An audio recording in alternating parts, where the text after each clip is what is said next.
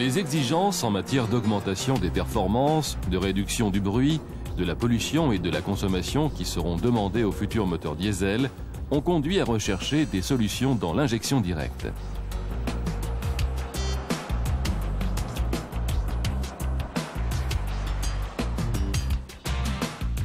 Cet objectif est atteint grâce au système appelé Common Rail, qui utilise la très haute pression commandée électroniquement.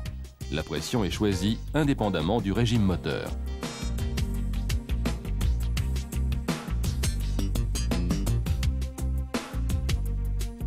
Le système d'injection Common Rail se compose d'une pompe de gavage précédée d'un pré-filtre, d'un filtre, d'une pompe haute pression entraînée par le moteur. Elle alimente en permanence une rampe de distribution qui sert de réserve de gazole sous haute pression. Cette rampe est reliée par des tubes aux injecteurs.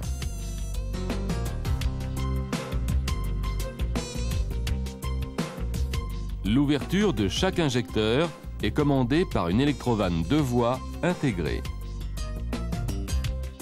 Un calculateur gère, en fonction des paramètres moteurs, la pression du rail, le débit de la pompe, le temps d'ouverture et le phasage des injecteurs.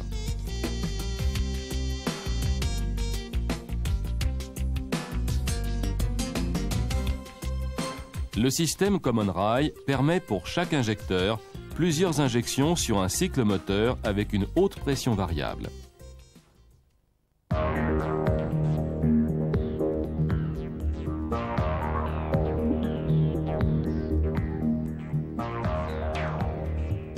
La pompe de gavage, située dans le réservoir, permet de maintenir un flux continu de gazole.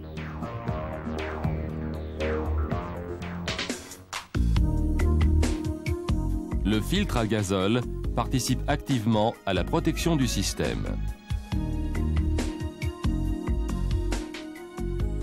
Il est muni à son entrée d'un élément thermostatique qui dérive, à froid, une fraction du combustible provenant de la pompe de gavage vers le réchauffeur de gazole.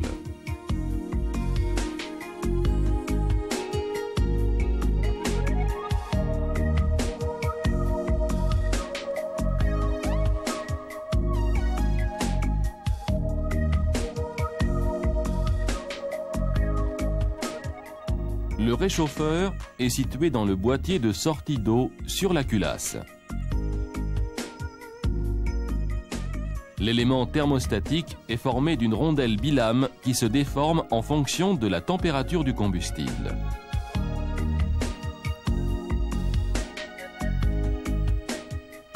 Température inférieure à 15 degrés Celsius, le bilame ferme le passage direct vers le filtre. Le combustible est orienté vers le boîtier de sortie d'eau pour être réchauffé. Température comprise entre 15 et 25 degrés Celsius, le bilame divise le flux d'entrée. Une partie du combustible passe directement vers l'élément filtrant.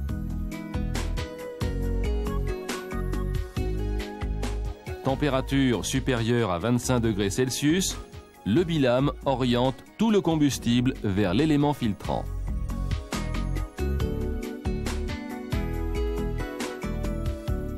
Un régulateur intégré permet de limiter la basse pression de la pompe de gavage.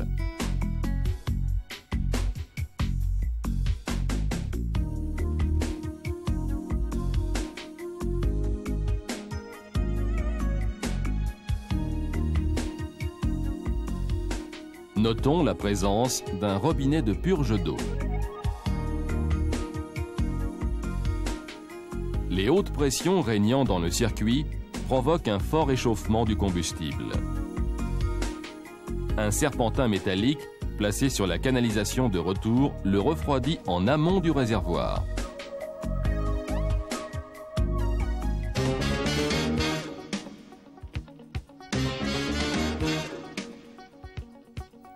La pompe haute pression à 3 pistons radiaux est entraînée de façon non synchrone par la distribution.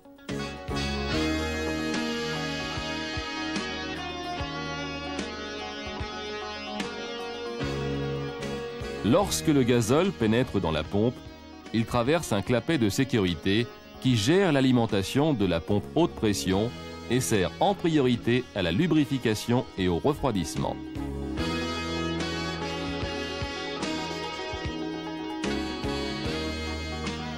Lorsque la basse pression est supérieure à 0,8 bar, le piston du clapet se déplace, ouvrant le trou d'alimentation des éléments de pompage. Les chambres se remplissent, mais le flux réservé à la lubrification reste maintenu.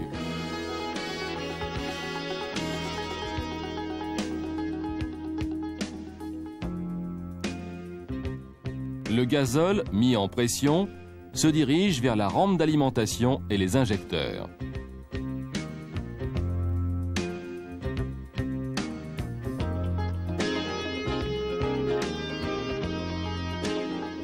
Sur ce circuit se trouve le régulateur de pression. Commandé par le calculateur, il crée une fuite contrôlée, réglant ainsi la pression d'injection. Le gazole libéré retourne au réservoir avec le débit réservé à la lubrification et au refroidissement.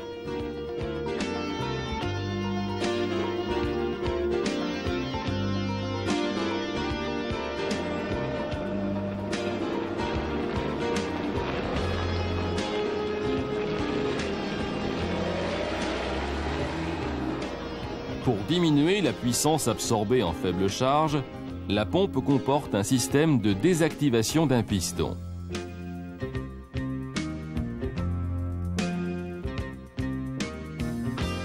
Un solénoïde monté sur la tête d'un des cylindres déplace une tige de commande qui maintient ouvert le clapet d'alimentation. Aucune mise en pression sur le gazole ne peut se produire, car ce dernier retourne vers l'admission.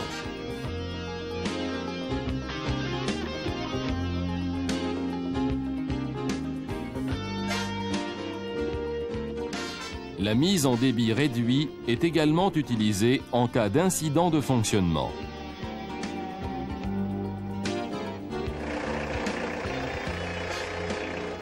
Moteur à l'arrêt, il ne subsiste aucune pression dans le circuit.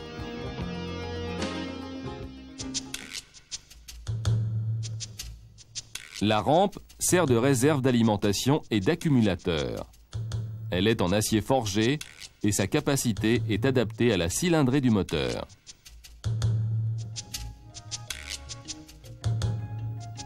Le gazole sous pression arrive dans la rampe d'où il est distribué aux injecteurs.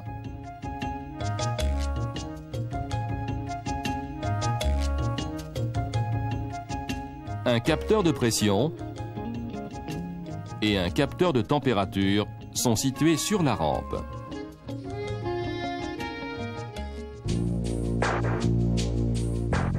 La partie inférieure de l'injecteur ressemble au modèle classique multitrou d'injection directe. Le sommet est surmonté d'une électrovanne de commande. Le solénoïde de l'électrovanne est fixé sur le corps de l'injecteur par un gros écrou. Il est formellement interdit de manœuvrer l'injecteur à l'aide d'une clé placée sur cet écrou sous peine de destruction de l'injecteur. Au repos, l'aiguille d'injecteur est appliquée sur son siège par son ressort. Dans sa partie inférieure, elle débouche dans la chambre de pression. L'aiguille est surmontée par le piston de commande qui est libre dans son alésage.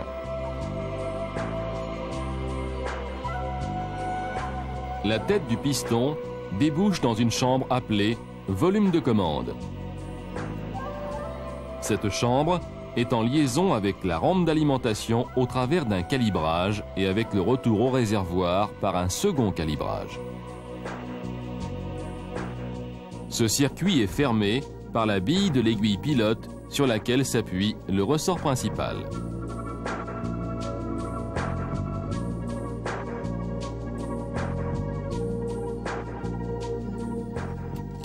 Lorsque le moteur est entraîné par le démarreur ou déjà tournant, la haute pression provenant de la rampe d'alimentation est identiquement répartie dans la chambre de pression sous l'aiguille et dans le volume de commande.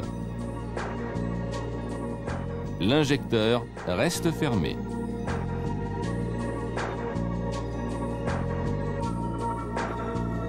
L'ouverture des injecteurs est réalisée par un effet de pression différentiel. Lorsque le calculateur délivre un courant électrique à l'électrovanne, il provoque la levée de l'aiguille pilote. La bille est soulevée de son siège par la haute pression, permettant ainsi une fuite de gazole vers le retour au réservoir. L'équilibre des pressions est rompu, le piston de commande remonte en libérant l'aiguille de l'injecteur qui laisse passer un jet de gazole vers la chambre de combustion.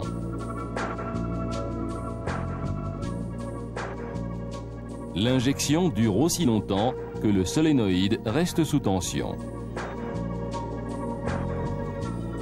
La quantité de gazole injectée dépend de la durée de l'impulsion électrique délivrée par le calculateur et de la pression fournie par la pompe.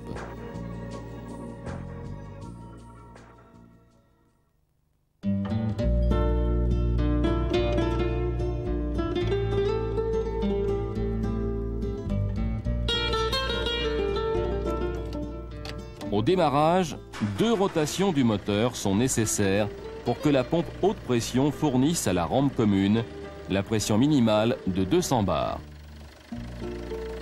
Dès que le moteur est démarré, le calculateur contrôle en temps réel la distribution de carburant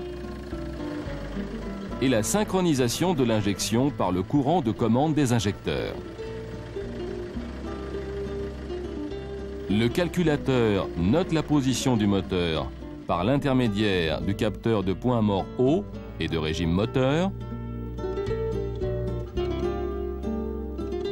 ainsi que du capteur de référence du cylindre.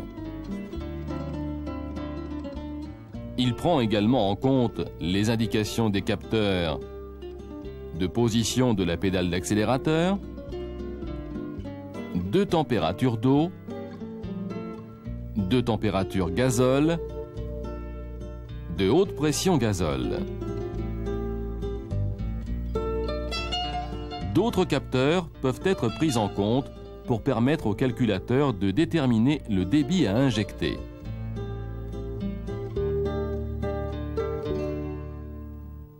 En se basant sur les caractéristiques de l'injecteur, le calculateur choisit dans sa cartographie le couple pression-volume qui lui permet d'obtenir le temps d'injection.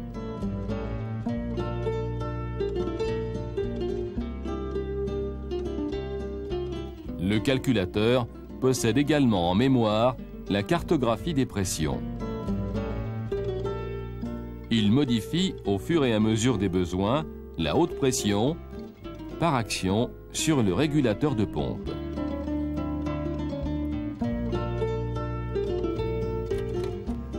Comme tout système électronique, il comporte un autodiagnostic qui se signale par un voyant d'alerte au combiné.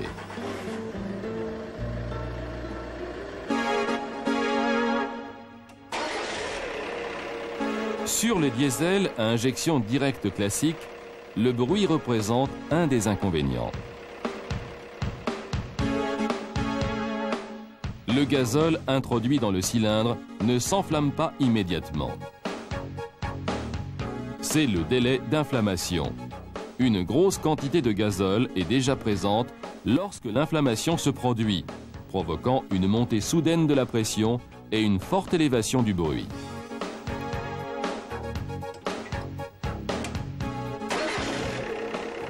Ce claquement est surtout perceptible à froid.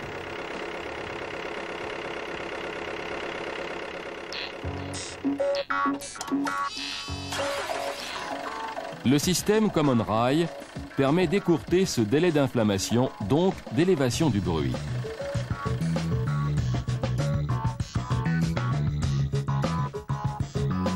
Avec ce système, la commande des injecteurs étant indépendante et variable, plusieurs injections rapprochées au cours d'un cycle sur un même cylindre sont possibles.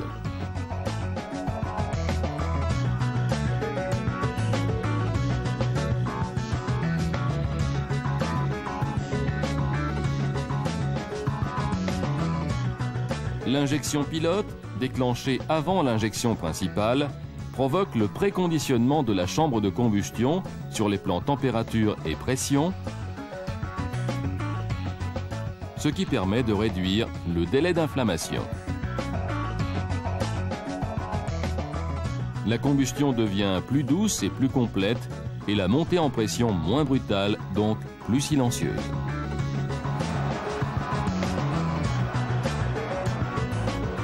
L'injection pilote est présente jusqu'à 3000 tours minute.